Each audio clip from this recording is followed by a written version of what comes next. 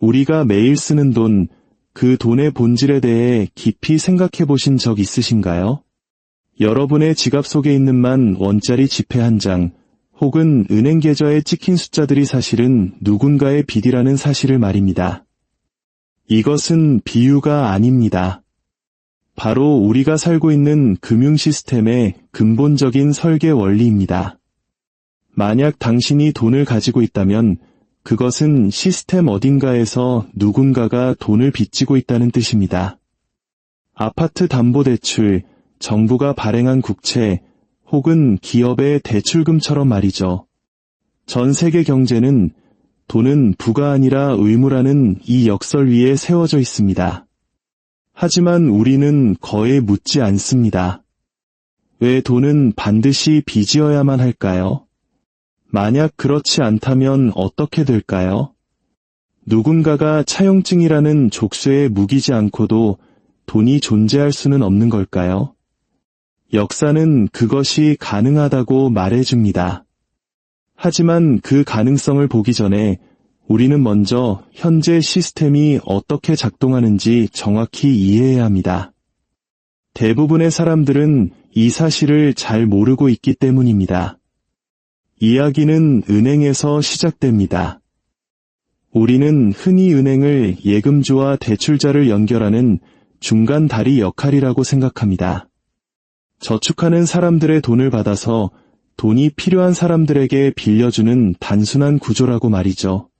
하지만 진실은 사뭇 다릅니다.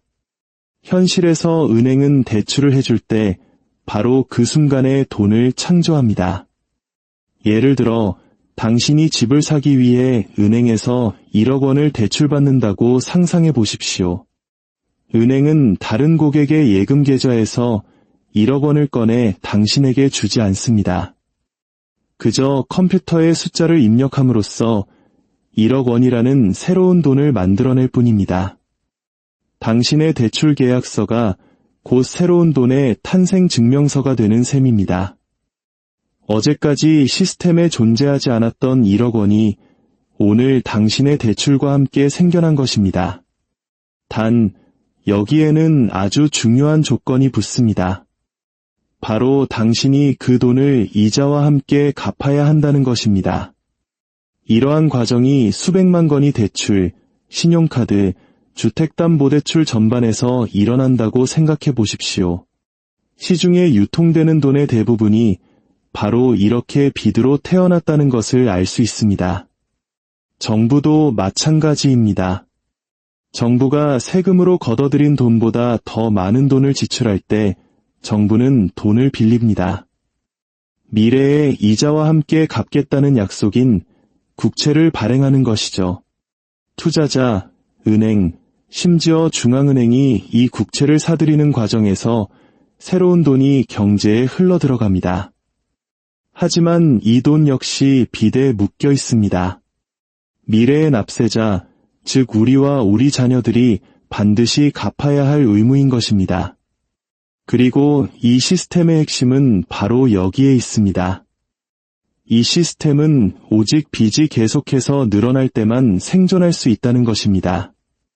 만약 사람들이 대출을 멈추면 통화량은 줄어들고 정부가 국채 발행을 멈추면 유동성의 흐름은 마릅니다. 마치 계속 헤엄쳐야만 살 수 있는 상어처럼 금융 시스템은 끊임없이 빚을 늘려야만 붕괴를 면할 수 있습니다. 중앙은행이 대출 둔화를 두려워하고 대출을 장려하기 위해 금리를 내리고 어느 정도의 인플레이션을 용인하는 이유가 바로 이것입니다. 시스템 자체가 성장에 중독되어 있고 그 성장은 빚에서 나오기 때문입니다. 이는 곧 인플레이션이 시스템에 내장되어 있음을 의미합니다. 더 많은 빚이 더 많은 돈을 만들어내면서 기존 돈의 가치는 계속해서 하락합니다. 또한 부의 불평등은 더욱 심화됩니다. 돈을 빌려주는 은행, 투자자, 부유층은 이자를 통해 부를 축적하는 반면 돈을 빌리는 노동자, 서민, 중소기업은 이자를 지불하며 허덕이게 됩니다. 진정한 경제적 자유가 거의 불가능해지는 것입니다. 개인의 빚을 모두 갚을 수는 있겠지만 당신 손에 든 돈 자체가 누군가의 빚이라는 현실가라와 벗어날 수 없습니다. 어쩌면 많은 분들이 이야기를 들으며 IMF 외환위기 시절을 떠올리실지도 모르겠습니다. 국가 부채와 가계 부채의 압박 속에서 온 국민이 금 모으기 운동에 나섰던 그 시절의 아픔은 돈과 빚의 관계가 얼마나 우리 삶에 직접적인 영향을 미치는지 보여주는 생생한 증거입니다. 하지만 이야기는 여기서 전환점을 맞이합니다. 이것이 마치 자연의 법칙처럼 돈이 항상 이런 방식으로 작동해왔다고 생각할 수도 있습니다. 그러나 역사는 그렇지 않다고 증명합니다. 빚으로 만든 돈은 자연 법칙이 아니라 인간이 만든 설계일 뿐입니다. 그리고 과거에는 다른 설계들이 존재했습니다.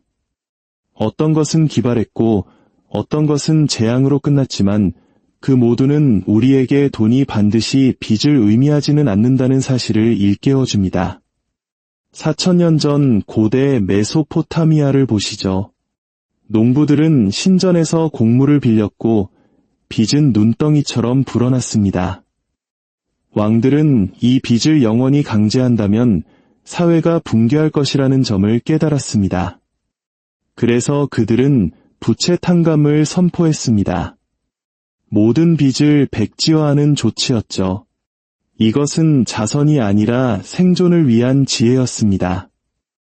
그들은 끝없는 빚으로 이어진 돈이 사회 구조 자체를 파괴할 것이라는 사실을 이해하고 있었습니다. 중세 영국에서는 수세기 동안 텔리스틱이라는 독특한 화폐를 사용했습니다. 이것은 단순한 나무 막대기를 반으로 쪼개어 양쪽에 동일한 눈금을 새겨 채무관계를 기록한 것입니다. 한쪽은 왕이, 다른 한쪽은 납세자가 가졌습니다. 이것은 현대적인 의미의 빚과는 달랐습니다. 이자가 붙지 않는 의무의 기록이었을 뿐 사람들을 올가매는 덫이 아니었습니다. 이 나무 막대기는 500년 이상 신뢰받는 교환 수단으로 유통되었습니다. 중세 왕국은 나무 막대기로 경제를 운영했고 이는 오늘날의 많은 금융 시스템보다 더 오래 지속되었습니다. 금이나 은과 같은 실물 화폐도 있었습니다. 그 가치는 누군가의 차용증이 아니라 금속 그 자체에 있었습니다. 순은으로 만든 주화는 정부의 보증과 상관없이 가치를 지녔습니다. 이는 안정성을 주었지만 대가도 따랐습니다. 16세기에 신대륙의 광산에서 유럽으로 막대한 양의 은이 유입되자 극심한 인플레이션이 발생했고 반대로 기금속 공급이 마르면 경제는 침체되었습니다. 실물 화폐는 정직했지만 유연성이 부족했습니다. 현대에 들어서도 대안을 찾으려는 실험은 계속되었습니다. 미국 남북전쟁 당시 에이브러햄 링컨 대통령은 그린백이라는 화폐를 도입했습니다. 이것은 미국 재무부가 직접 발행한 지폐였습니다. 오늘날 은행 대출이나 국채 발행으로 돈이 만들어지는 것과 달리 그린백은 빚과 연결되지 않은 돈 그 자체로 발행되었습니다. 세금 납부와 상거래에 사용되는 법정 화폐였죠. 한동안 이 시스템은 성공적으로 작동했습니다. 군인들은 월급을 받았고 군수품 대금이 지급되었으며 전쟁은 계속될 수 있었습니다. 하지만 전쟁이 끝난 후 은행가들은 그린백을 폐지하라고 강력하게 로비했습니다. 왜였을까요? 빚으로 만든 돈은 이자를 낳지만 그린백은 그렇지 않았기 때문입니다. 정부가 직접 발행하는 돈은 금융 엘리트들에게 큰 위협이었습니다. 물론 모든 실험이 성공한 것은 아닙니다. 프랑스 혁명 정부는 몰수한 교회 토지를 담보로 아시냐라는 지폐를 발행했습니다. 처음에는 경제를 안정시키는 듯했지만 정치인들이 무분별하게 화폐를 찍어내자 신뢰는 순식간에 붕괴했습니다. 1795년경 아시냐는 거의 휴지 조각이 되었습니다. 이 실패는 빚 없는 돈이 불가능하다는 것을 증명한 것이 아닙니다. 비드로 만든 돈이든 아니든 통제와 신뢰 없이는 어떤 화폐도 살아남을 수 없다는 교훈을 남겼을 뿐입니다. 이 모든 역사적 사례들이 증명하는 것은 단순하지만 강력합니다. 돈은 고정불변의 법칙이 아니라 얼마든지 다르게 만들 수 있는 설계라는 것입니다. 그리고 빚은 그 수많은 설계 중 하나일 뿐입니다.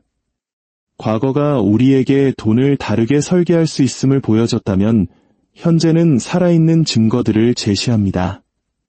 대안적인 화폐 시스템들은 주류 언론의 주목을 받지는 못하지만 빚 기반 화폐의 대안이 단순한 역사적 호기심을 넘어 바로 지금 우리 곁에 존재함을 증명하고 있습니다.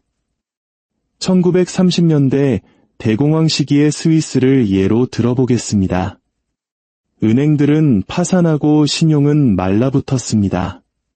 중소기업들은 판매할 상품과 제공할 서비스가 있었지만 그것을 교환할 돈이 없었습니다. 절박함 속에서 그들은 WIR 은행을 설립했습니다. 이것은 평범한 은행이 아니었습니다. 이자를 받고 돈을 빌려주는 대신 기업들이 상호 신용 시스템을 통해 서로 거래할 수 있게 했습니다. 목수는 WIR 크레딧으로 자재를 사고 제빵사는 그 크레딧으로 가게의 수리를 맡기는 시기였습니다. 빚도 복리이자도 없었습니다. 오직 장부에 기록된 신뢰만이 존재했습니다. 이는 우리 조상들의 품앗이나 둘의 정신과도 맞닿아 있습니다. 신용은 신뢰의 확장이자 교환의 기록일 뿐이지만 빚은 그 신뢰가 이자와 의무라는 무기로 변질된 것입니다. WIR 은행은 오늘날에도 수만 개의 기업들이 경제 침체기에도 안정적으로 거래하는 데 사용되며 건재하고 있습니다. 영국의 브리스톨 파운드나 미국의 버크세어 같은 지역 화폐도 있습니다. 이 화폐들은 중앙은행이 아닌 지역 공동체가 발행합니다. 1 브리스톨 파운드는 1 영국 파운드와 같은 가치를 지니지만 오직 그 지역 안에서만 사용할 수 있습니다. 이러한 설계는 부가 글로벌 대기업이나 금융시장으로 빠져나가지 않고 공동체 안에서 계속 순환하도록 만듭니다. 그리고 급진적인 외부자, 암호화폐가 있습니다. 비트코인은 2008년 세계 금융위기의 폐허 속에서 중앙은행과 구제금융에 대한 직접적인 도전으로 탄생했습니다. 공급량이 유한하고 정부로부터 독립적이며 빚 발행과 무관하게 설계되었습니다. 지지자들에게 이것은 해방입니다. 중앙은행이 마음대로 가치를 떨어뜨릴 수도 정부가 통제할 수도 없는 돈이기 때문입니다. 비평가들은 변동성이 크고 투기적이라고 말하지만 비트코인은 중요한 사실을 증명했습니다. 대출과 채권이 아닌 코드와 하브이를 통해 빚 없이도 돈을 만들 수 있다는 가능성을 말입니다. 최근에는 각국 정부 스스로도 중앙은행 디지털 화폐를 통해 대안을 실험하고 있습니다. CBDC는 민간은행이 대출을 통해 돈을 만드는 현재의 구조를 뒤집을 수 있습니다. 중앙은행이 시민들에게 직접 돈을 발행하는 것이죠. 이렇게 되면 민간은행의 화폐 창출 독점은 약화될 수 있습니다. 하지만 여기에는 양날의 검이 존재합니다. 빚의 굴레에서 벗어나는 동시에 모든 거래가 감시당하고 돈이 특정 용도로만 사용되도록 프로그래밍되는 등 국가의 통제가 극대화될 위험도 있습니다. 자원을 기반으로 하는 화폐 아이디어도 있습니다. 과거의 금과 은처럼 돈을 에너지나 탄소 배출권 같은 실질적인 자원에 연동시키는 것입니다. 정부가 무한정 돈을 찍어낼 수 없게 만드는 강력한 통제 장치가 될 수 있지만 동시에 엄청난 정치적 통제와 배급 시스템으로 이어질 위험도 있습니다.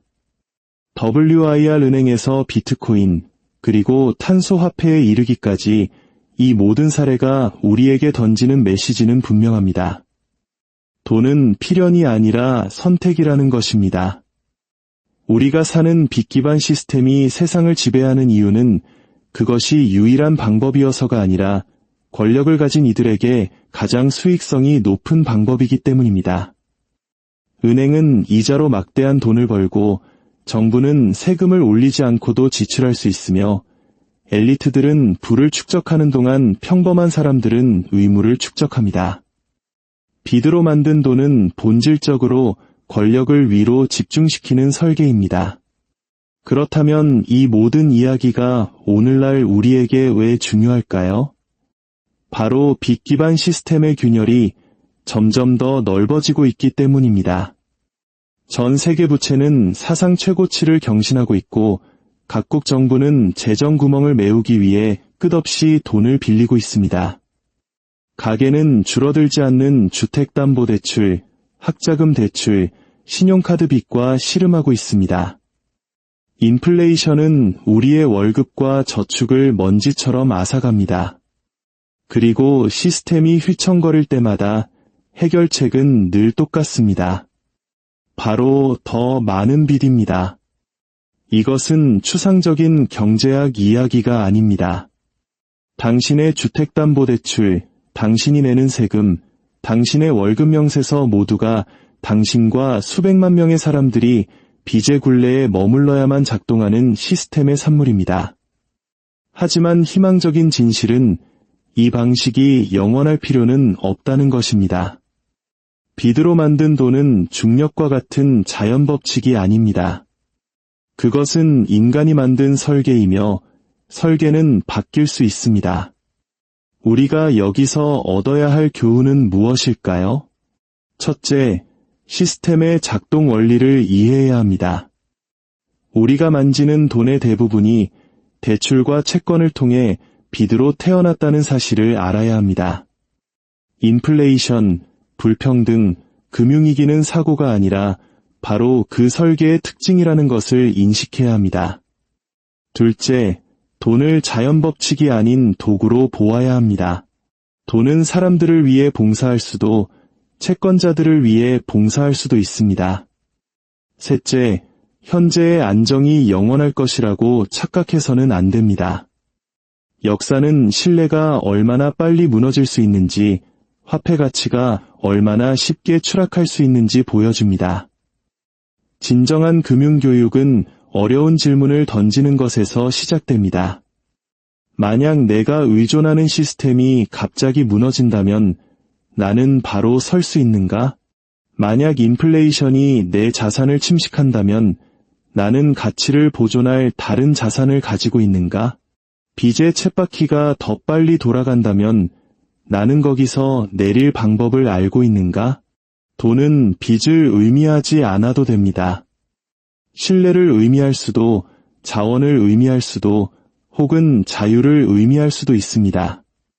우리가 그것을 상상하고 요구할 때 비로소 가능해집니다. 역사는 반복되지 않지만 운율을 맞춘다고 합니다. 여기서의 운율은 분명합니다. 돈을 빚에 너무 단단히 묶었던 모든 문명은 결국 그 무게를 이기지 못하고 무너졌습니다. 살아남은 이들은 돈이 단지 설계일 뿐이며 그 설계는 다시 만들어질 수 있다는 것을 기억했던 이들이었습니다.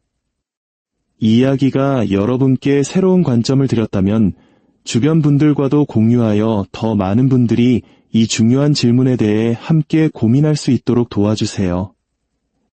여러분의 구독과 좋아요는 저희가 더 깊이 있는 지혜를 나누는데 큰 힘이 됩니다.